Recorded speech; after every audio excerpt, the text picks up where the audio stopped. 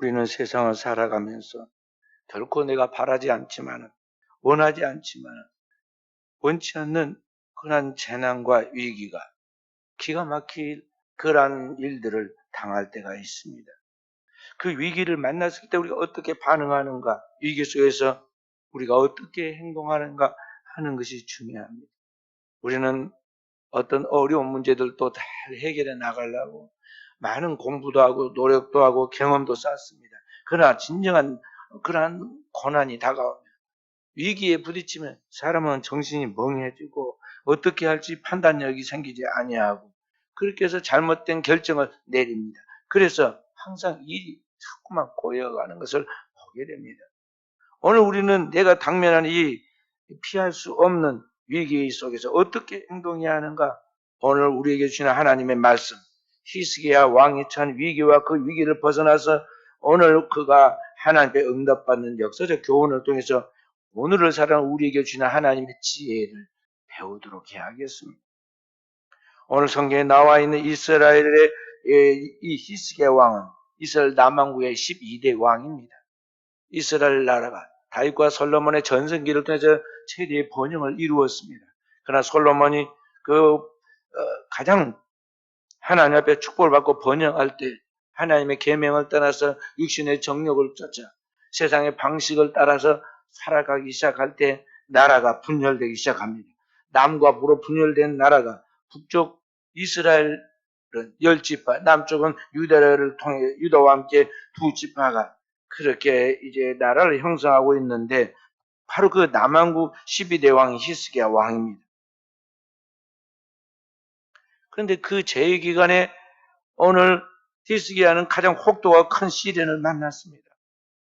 이스라엘 나라는 남북으로 나눠진 다음 북쪽 이스라엘 나라가 남쪽보다 훨씬 컸지만은 그 나라가 이미 이방인들에게 짓밟히고 나라가 사라졌습니다.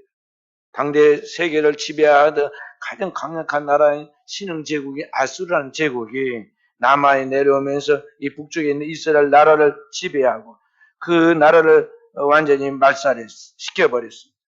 그리고 그 조그만 나라인 남왕국 유대 나라에 와서 예루살렘을 포위하고 거기에서 한국을 강요합니다. 나라가 이제 멸망할 풍전등화의 위기에 놓여 있는 이때 그 나라의 통치자인 히스기야 왕마저 병들어서 건강을 잃고 회생 불가능한 상태가 됩니다.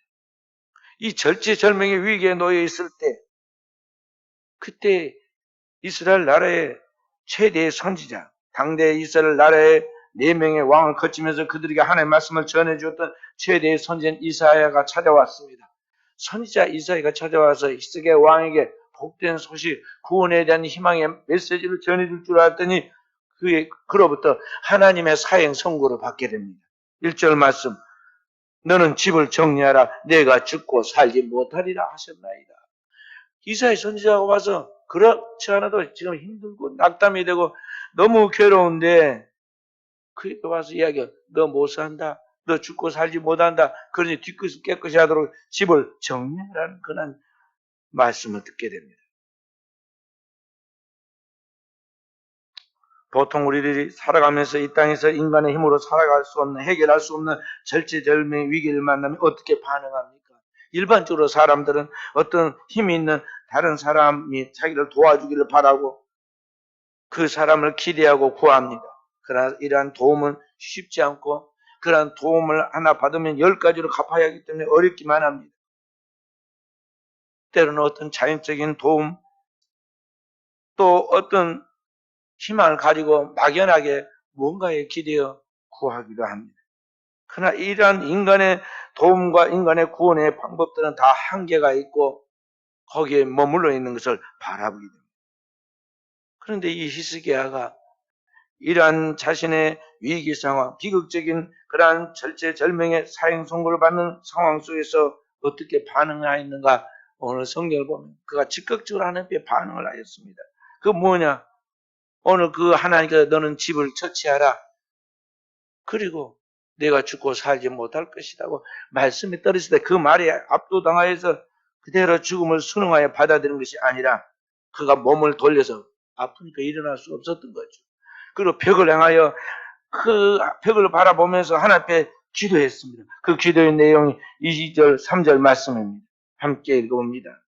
히스기야가 낯을 벽으로 향하고 여호와께 기도하여 이르되 여호와여 구하오니 내가 진실과 전심으로 주 앞에 행하며 주께서 보시기에 선하게 행하도록 기억하옵소서 하고 히스기야 심히 통곡하더라. 히스기야는 하나님께 대한 믿음이 있었는데 하나님께서 그에게 너는 죽고 살지 못한다고 말할 때 그걸 도저히 받아들일 수가 없었습니다.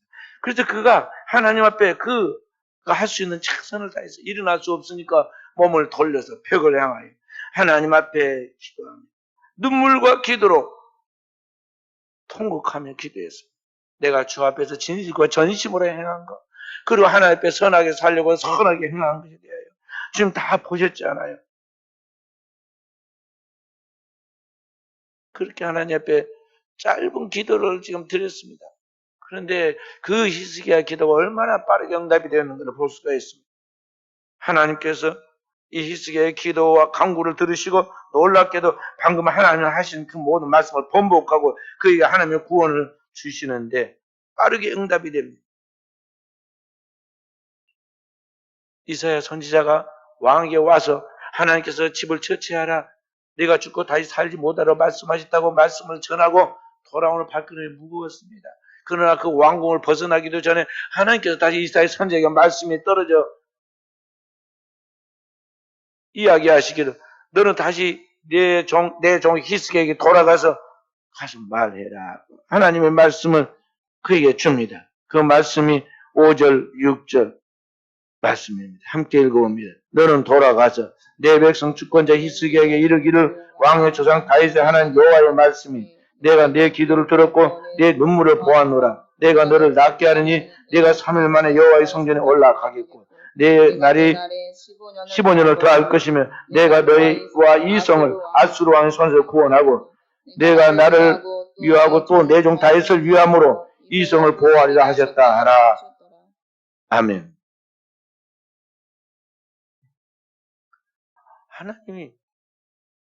하나님 말씀하시고 번복하지 않고 변개하지 아니하신다 그랬는데 오늘 하나님이 그 말씀을 지금 번복합니다. 그리고 다시 그에게 응답합니다. 어떻게 하나님 말을 그 순간 한순간에 돌이키게 만들 수 있는가? 하나님께서 그에게 구원을 주시되 완벽한 구원. 죽어가는 히스기야 3일 만에 일어나서 성전에 가서 예배하게 하겠고 그 생명의 수완을 15년을 더 연장시키고 그리고 이스라엘을 괴롭게 하는 그 위협하는 아수르라는 나라를 그 앞에 굴복시킬 것이다. 그 하신 그 하나님 말씀 믿어지겠습니까?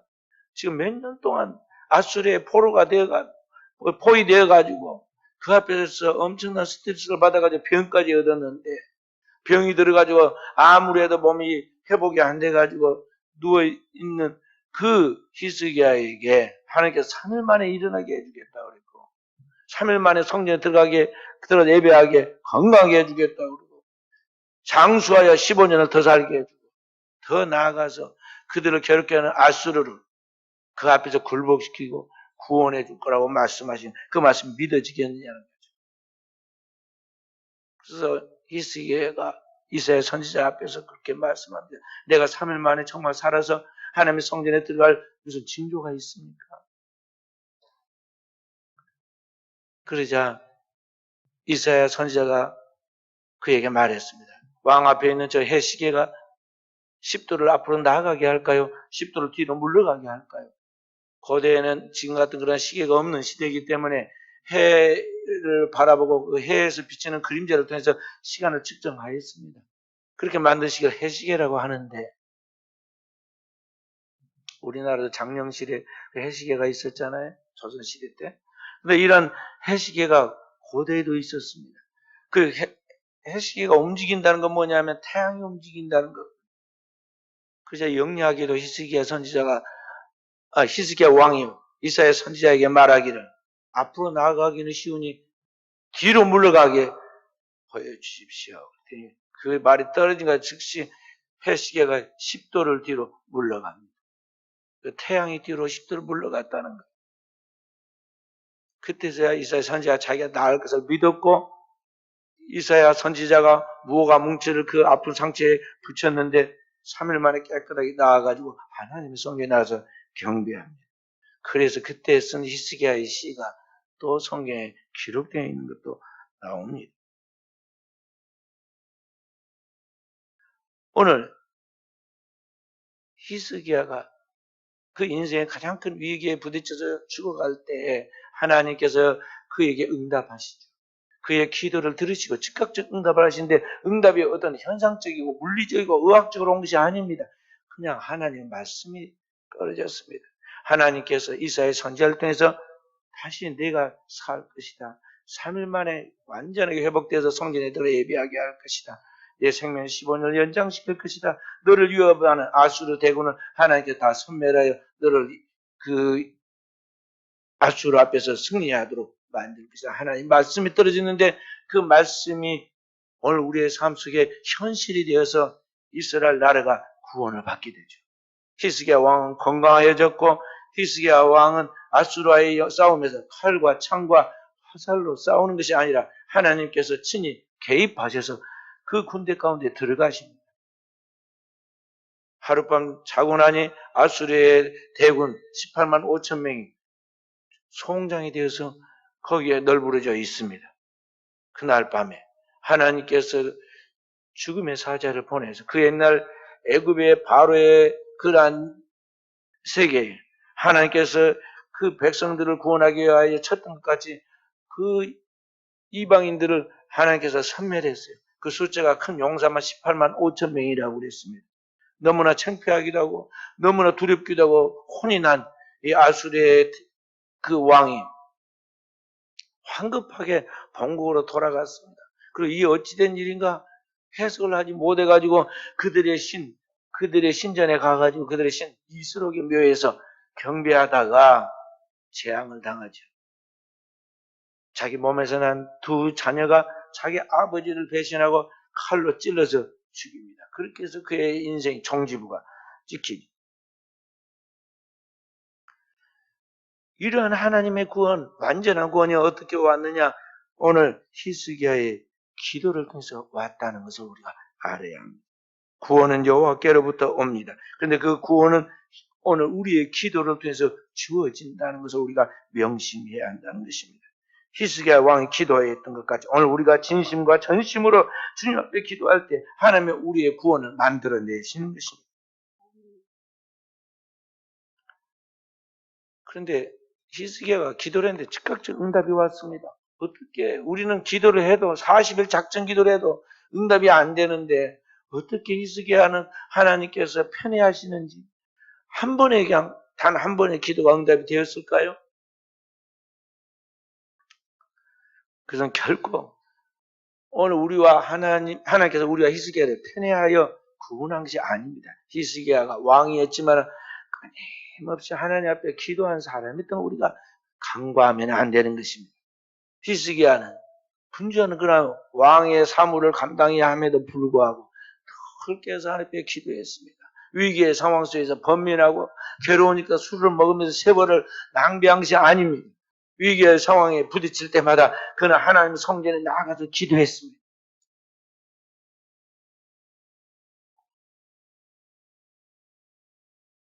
예루살렘이 아수르라는 나라의 포로가 되어 있을 때 밖에서 왕의 사신인 아수르 왕의 사신인 랍사게라는 사람이 입이 납사가지고 왕과 유대인들을 유대의 방언으로 얼마나 조롱을 하는지 몰라요. 그리고 실제로 또 아수르 왕이 편지를 보내가지고 유대 왕 히스기야를 위협합니다. 그때 히스기야 왕이 어떻게 했냐? 백성들에게 그들의 망해에 동요하지도 말고 반응하지도 말아라. 그리고 하나님만 한 분만 바라보고 나아가야 한다고 담대하게 선언하고 본인은 뭐 했느냐? 아수르 왕이 그에게 보낸 편지를 다 들고 하나님 성전 앞 가서 제단 앞에 딱 펴놓고 하나님 보십시오. 마치 아이가 임신을 했는데 지금 출산할 힘이 없는 것까지 제가 하나님 믿는 믿음은 갖고 있지만 현실적으로 이 난관을 극복할 힘이 없습니다. 구원해 주십시오. 그리고 다 기도했어요. 기도합니다. 그리고 기도하는 가운데 문제가 풀리지 않고 그 문제가 오래 가니까 몸에 병이 생긴 거예요. 모든 만병은 스트레스에서 오는데 얼마나 스트레스가 컸겠습니까? 그래서 병이 걸린 것이죠. 그냥 히스기야가 갑자기 병이 걸린 게 아닙니다. 못 먹어가지고 영양실조가 난 것이 아니다는 거죠. 현대인들도 오늘날 병이 많이 걸립니다. 특히 오늘 우리 자본주의 사회 속에서 생존 능력을 갖지 못하면, 경제 능력을 소유하지 못하면 살아갈 수 없는 사회 구조이기 때문에 사람들이 서로 자기가 살려고 극단적 이기주의로, 개인주의로 나아갑니다. 그리고 살기 위해서 서로 화당을 짓고 속고 속이면서 배신과 음모가 난무합니다. 그 세상을 살다 보면 아무도 믿을 수 없는 세상인 것을 알게 됩니다. 그래서 사람들이 분노하고 원망하고 그렇게 해서 그 모든 것들이 결국엔 그 스트레스가 쌓여가지고 병이 되는 거예요. 그래서 아무리 현대가 발달된 문명과 또 의학과 현대의 과학으로 잘 산 것 같지만은요, 현대인들처럼 병이 많은 시대가 없었습니다. 그리고 현대인들의 병은 과거의 병처럼 그런 병이 아니라 병이 걸리면 거의 다 100% 죽는 그런 암입니다. 암이 사방에 사람의 처지에 걸립니다. 제 동기 목사님 한 분은 젊었었는데 하나님 불러갔어요. 어디에 암이 걸렸냐면 혀에, 설교자가 설교를 해야 하는데 혀에 암이 걸렸습니다. 혀에 암이 걸린 걸 보고 설암이라고 그럽니다. 한문으로 설자를 써가지고. 어떤 목사님은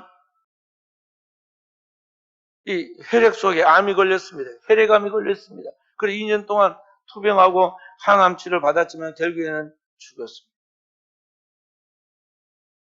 모든 사람들이 지금 병이 걸려서 뱃속에 병이 들었다 골수암, 피부에 암이 걸렸다 피부암, 혈암이 다 걸려서 나가는데 이게 고치지 못합니다. 현대인의 병이 암을 그냥 고치려고 방사능 치료를 하고 그러지만은 그게 생명에 대해서 조금 더 연장을 시킬 수는 있지만은 그게 완전한 치료를 이루지 못해요.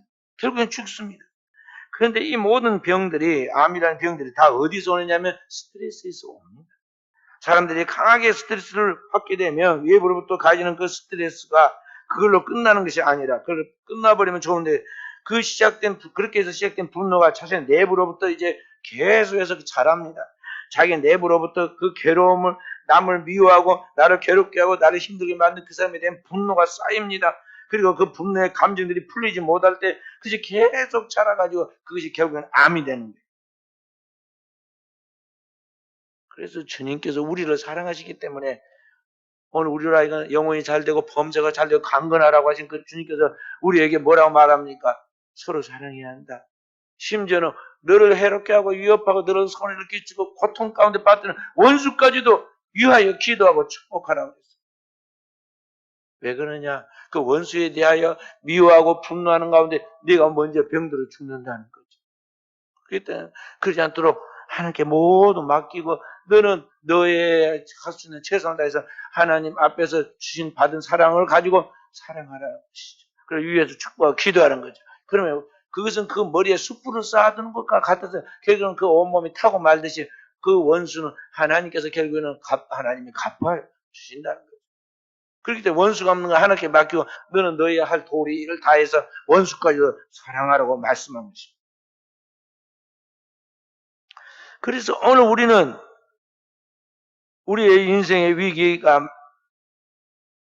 만났을 때 오늘 우리의 삶 속에 큰 절체절명의 위기에 봉착하고 내 삶에 풀어나갈 답이 단 하나도 없고 사면 초가에 쌓여있는 그런 가운데 절망적인 환경에 놓여있을지라도 우리 그리스도인답게 자신의 삶을 살아가야 하는데 그건 뭐냐면은 오늘 우리의 당면하는 문제에 대하여 세상 사람들 같이 술을 먹고 또는 다른 어떤 인위적인 방법으로 일탈의 행동으로 그냥 시간만 지나기를 바라고 막연하게 풀어가려고 하지 말고 정말 그리스도인답게 진지하게 하나님 앞에서 문제의 답이 하나님께 있고 하나님의 말씀에 내 문제의 근본적 해결이 있다는 걸 알고 그 하나님 앞에 기도하면서 그 하나님이 우리에게 주시는 그 환경 속에서 우리를 대적하는, 우리를 위협하는, 우리를 속이는 그 원수까지도 살아가면서 기도하라는 것입니다.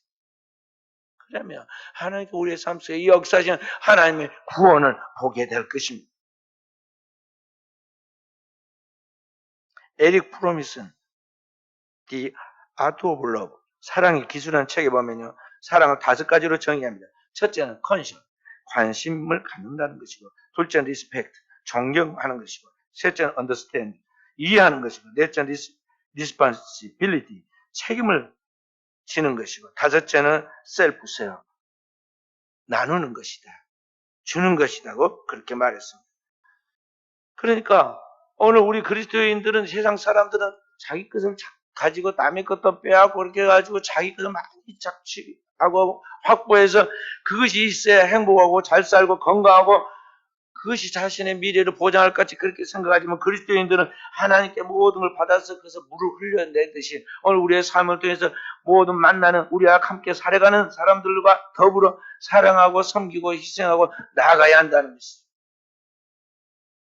그렇게 할 때 마치 빛이 들어와서 어둠을 몰아내듯이 오늘 우리 안에 하나님의 사랑이 쌓이고 하나님의 사랑의 그러한 영성과 영역이 우리가 축적되면은 우리 안에 있는 모든 어둠과 같은 병들이 다 떠나가게 되고, 그래서 오늘 우리가 건강한 삶을 살아갈 수 있게 되는 것입니다.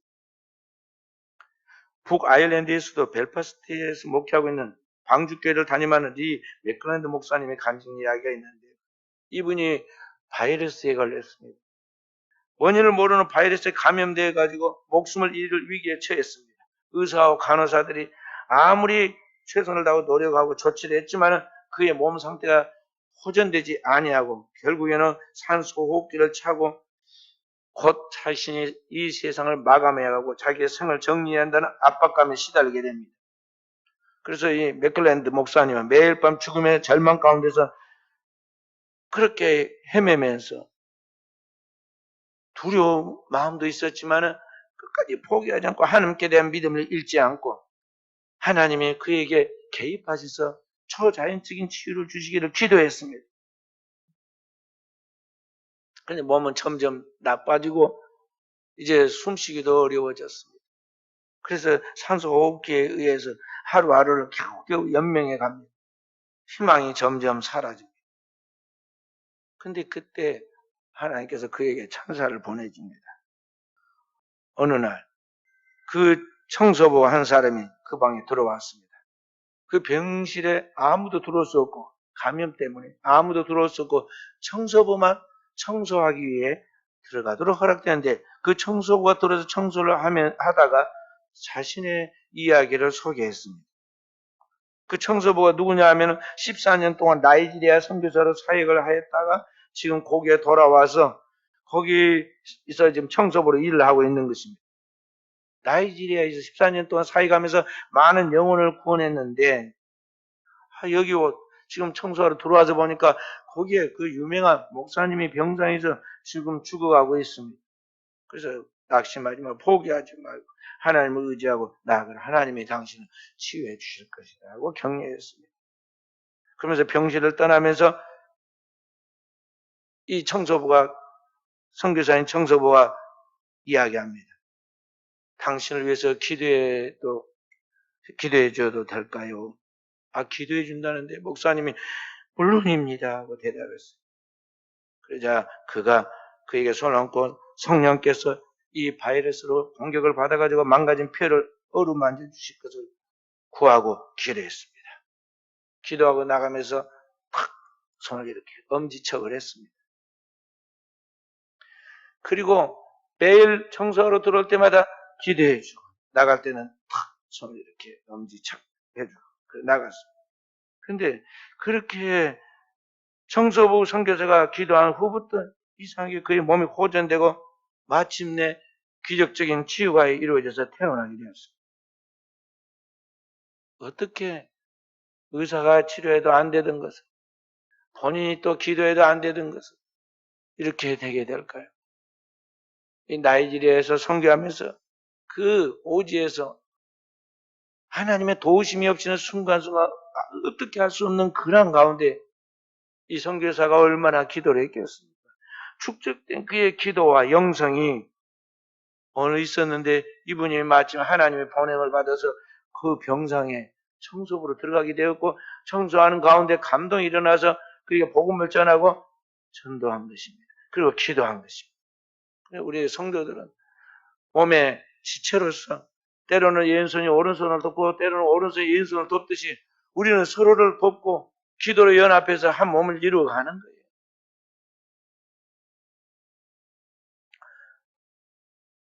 성경에 나와 있는 초대교회의 역사를 보면은요, 그 역사적 기록된 역사에 성경에 나와 있는 초대교회에 대한 역사적 기록을 말하는 거예요. 그 보면은 3세기부터 4세기 초 로마의 콘스탄티누스가 기독교를 공인하기 전까지 그 교회가 10년마다 매년 40% 성장했어요. 그래서 나중에 이 콘스탄티누스가 그 황제로 즉위했을 무렵에는 이 기독교인의 숫자가 한 600만 명이 되었는데 로마 인구의 10분의 1 정도 되었습니다. 지도자는 볼 수 있는 눈이 있어요. 로마 천지를 바라보니까 번영 속에서 로마의 평화를 외치고 사람들이 잘 먹고 잘 살아가지고 늘 행복한 같이 뭔가를 추구해 나갔지만 극도로 타락하고 부패하는 그들의 미래는 곧 망할 것 같은 불안감이 있었습니다. 어떻게 이 나라를 세워갈 것인가 황제로서 고민해 있었는데 그때 제일 하층민으로 있었지만은 그들 가운데서 정말 하나님 신실하게 믿고 바른 생활을 하면서 나아가는 이 기독교인들을 보면서 이 콘스탄티누스가 점점 기독교인들에 대한 희망을 발견합니다. 많은 기독교인들을 그동안에 박해하고 많은 기독교인들을 죽였습니다. 그럼에도 불구하고 기독교인들은 그 로마를 원망하지 아니하고 타락하는 그 로마에 대하여 선한 영향을 끼칩니다. 고대에는요, 전염병도 많았습니다. 지금만 바이러스가 코로나 바이러스 있는 게 아니에요. 고대는 고대에 전염병이 많아가지고 전염병이 창궐하려면 뭔가 이 재앙이 어디서 왔는 근원을 따지다 보니까 전부 다 기독교인들을 핍박을 했어요. 그럼에도 불구하고 그런 여러 가지 억울한 누명을 쓰고 핍박을 받음에도 불구하고 죽어가는 그 사람들의 시신은 수습해가지고 장례 치러주고 그럼에도 불구하고 전염병이 일반 사람들 전염병 걸린 것보다 10분의 1밖에 안 걸렸어요. 기독교인. 그렇게 살아가는 기독교인들 속에 희망이 있다고 생각하고 콘스탄티누스가 결국 다음 세대의 희망이 기독교인들을 생각해서 AD 313년에 기독교를 이제는 공인하는 로마 천지에 공인하는 그러한 역사가 일어나게 되죠. 그렇게 해서 로마 교회가 생기게 되고 로마 교회가 로마 제국을 통해서 전 세계에 확산되어 복음의 땅끝까지 증거되도록 만들었다는 것을 볼 수가 있습니다.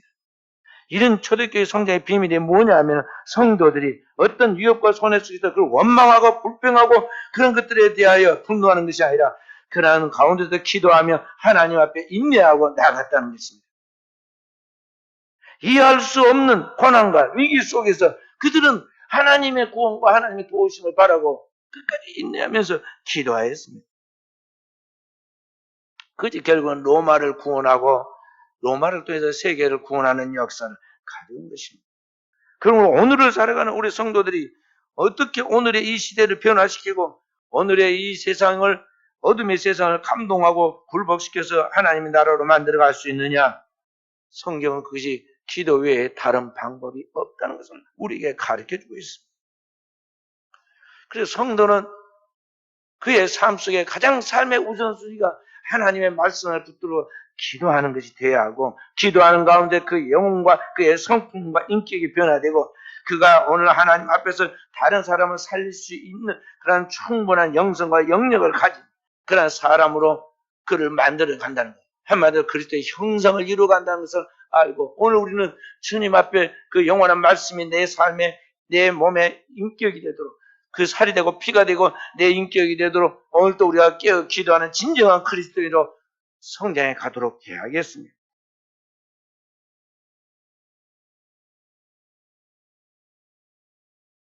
언젠가 한국교회를 방문하고 본국으로 돌아가던 세계적인 신학자 한 사람이 기자의 질문을 받았습니다. 한국교회를 살피고 가는 그 대신학자를 보면서 기자가 은근히 마음속에 긍지를 가지고 한국교회에 대하여 긍정적인 말을 할 것으로 보고 그 소감을 물었습니다. 한국교회를 둘러보고 한 소감이 어떠냐고 물더니 그 대학자가 이렇게 지적했습니다. 한국교회 주일날에는 교회 성도들이 많아서 교회가 꽉 차 있는데 평일에는 성도들이 성도다운 모습이 보이지 아니하니 한국교회는 교회론이 없습니다. 교회론이 없으니 한국에 미래가 없다고 보겠습니다. 그렇게 지적을 했어요. 얼마나 기분이 나빴겠지만 사실입니다. 한국교회 교회에 대한 바른 신앙관, 그리고 그 교회에서 주인공이 성도들의 바른 신앙관이 지금 사라졌기 때문에 온갖 세계 안에 부패함이 난무하고 또 이 교회를 빙자해서 온갖 이단 사수들이 거기에 등장해가지고 교회에 기생해서 얼마나 우리를 괴롭게 하고 교회를 어지럽히고 힘들게 합니다. 종교개혁자들은 말하기를 하나님이 아버지시라면 교회는 신자들의 영혼의 어머니라고 그렇게 기독교 강요 사역원 1장에서 말했습니다. 하나님이 하늘에서 우리를 창조하고 주관해서 인도하시는 아버지다면 이 땅의 교회는 오늘 우리를 영혼을 양육하는 영혼의 어머니와 같은 역할을 하는데 오늘 현대 교회가 정말 주님의 말씀으로 주님의 진리로 주님의 영으로 무장되어 있는 살아있는 교회가 되어 있느냐는 것입니다. 현대 신학자 중에 희망의 신학자라 불리는 몰트만은 그렇게 말했습니다. 우비 크리스토스 아이비 에클레시아. 그리스도가 계신 곳 거기에 교회가 있다 그런 말이에요. 오늘 눈에 보이는 가시적인 형태의 이 건물이 교회가 아니라 정말 그 안에서 현존하신 그리스도가 계시는 교회가 참된 교회라는 말씀인데 오늘 우리 한국교회가 그 영원한 하나님 말씀이 살아 움직이고 그 안에서 현존하는 하나님의 성령이 운영하는 교회로서의 그런 본질과 교회의 다움을 갖고 살아가고 있느냐는 것입니다. 지난 2년 반 동안에 한국교회는 코로나로 인해서 6만 5천 개 교회 중에 1만 개 교회가 거의 지금 이제는 사라져가는 지경에 놓였습니다. 그래서 교회를 어떻게 보존시킬 것인가 지금 크게 화두가 된 게 뭐냐면 공유교회. 몇 개 교회가 하나 건물을 가지고 쓰는 그러한 이상한 그런 형태로 지금 교회를 구성하고 있습니다. 세계적인 현상입니다. 다양한 시대 변화 속에서 다양하게 살아가는 사람들의 그런 모습인데요. 그래서 오늘날 교회가 세상 속에 빛을 비추고 이 사악하게 변화가고 타락해가는 세상 속에 하나님의 생명을 공급해 줘야 하는데 오늘날 교회가 그 역할을 감당하느냐 하는 것입니다. 성도는 세상의 빛과 소금으로서 날마다 거룩하고 희생적인 사랑으로 성화되어 가면서 세상 속에 그리스도의 사랑은 그리스도의 그러한 십자가를 오늘 우리가 짊어지고 그리스도의 선한 영향력을 끼쳐 나가는 것이 오늘 우리의 사명인데 오늘 우리가 과연 내가 사는 삶의 자리에서 나가 머무르는 가정에서 그리고 직장에서 내가 머무르는 학교에서 그러한 모습으로 살아가고 있을까 하는 것입니다. 그래서 우리는 날마다 거짓 없는 믿음과 선한 양심과 깨끗한 마음을 가지고 하나님 앞에 기도하여 그 기도를 통해서 오늘 우리 가운데서 일하시는 성령의 역사를 체험하고 성령 우리를 지배하고 감동하고 우리를 이끄는 성령의 열매를 맺는 그런 종들로 변하지 않으면 안 되는 것입니다. 그래서 오늘 우리는 우리 하나님 앞에 깨어서 기도해야 하겠습니다. 성령 강림 주일을 지키고 다음 주일인 이번 주일이 3일째 주일입니다. 성부 하나님, 성자 하나님, 성령 하나님 다 나타났으니까 이제 3일째 하나님이 완성된 것입니다. 3일째 하나님께서 오늘 우리의 한 영혼을 구원하고 오늘 우리를 통해서 하나님의 나라를 이 땅에 이루어 주시려고 역사하시는데 우리가 그 앞에 화답해야 하는 것입니다. 하나님과 인간이 화답하는 그 화답의 장이 뭐냐면 성도의 기도예요. 기도만이 오늘 하나님과 인간이 서로 교통하고 하나 될 수 있는 그러한 대화의 그러한 방법이라는 것이죠. 하나님은 그 영원한 하나님의 말씀으로 우리에게 말씀하십니다. 우리는 그 하나님이 주신 말씀을 우리 안에 살이 되고 피가 되도록 되새기기 위해서 그도 하나님의 아멘으로 화답해 나가는 것이 그게 성도의 기도이고 하나님과의 대화예요. 부모와 자식 간의 대화가 없을 때, 단절될 때 여기에 문제가 생기듯이 오늘 하나님과 우리 사이에 영적인 대화가 교제가 없으면 우리의 신앙이 병들게 되어 있고 우리가 자기 혼자서 엉뚱한 일을 하다가 결국 파멸로 달려가게 되는 거예요. 그래서 성도는 하나님 앞에서 살아있는 그 표시가 뭐냐면 끊임없는 기도예요. 히스기야 왕이 마지막 숨 끊어지는 순간에도 기도하니까 하나님 살려주시잖아요. 기도하니까 그의 고민의 문제를 풀어주시잖아요. 기도하면 다 답이 옵니다. 하나님이 답을 주십니다. 말씀으로 주시지만 그 말씀은 살아서 창조적인 능력을 갖고 있기 때문에 우리의 삶의 현상 속에 하나님의 구원을 일으키신다는 걸 알아야겠어요. 그래서 우리에게 회복돼야 할 최후의 마지막 그리스도인의 삶의 자세가 뭐냐면 기도라는 것을 명심해야겠어요. 유대인들은 저녁과 아침과 저녁에 하루에 3번씩 기도해서 오늘 하나님의 구원의 역사를 이루는 주역들이 되었습니다. 오늘 현대 한국 교회는 기도가 실종되었습니다. 만민이 기도하는 집이 텅텅 비었습니다. 코로나 이후에 핑계도 좋아졌습니다. 문 딱 잠가놓고 문이 잠겨서 못 갑니다. 또 몸이 안 좋아서 못 합니다. 건강이 어때서 못 합니다. 그러면서 막 빠져나갑니다. 지금 대세가 뭐냐면 이제는 인터넷으로 영상으로 그냥 이렇게 예배하는 거예요. 그러나 성령의 진리를 드리는 예배는 영상 속에 있지 않다는 걸 알아야 돼요. 하나님 앞에 나와서 그 하나님 앞에 우리가 드리는 예배 속에 성도의 공동체를 하나님을 찾을 때 하나님께서 그리스도의 피로 세운 그 주의 몸된 교회를 통해서 하나님의 말씀이 선포되고 말씀 붙들고 기도하고 찬양하는 그 자리에 주의 성령이 우리를 어루만지시고 우리의 생각을 변화시키고 우리의 삶 속에 하나님의 뜻을 이루어가도록 만드신다는 것입니다. 오늘 또 이와 같은 성령의 역사가 저와 우리 사는 모든 성도에 나타나고 우리 교회를 통해서 이 땅에 이루어져서 오늘이 종말의 시대에 주님이 쓰시는 하나님의 영광을 드리는 사명을 이루어갈 수 있기를 주님의 이름으로 축원드립니다.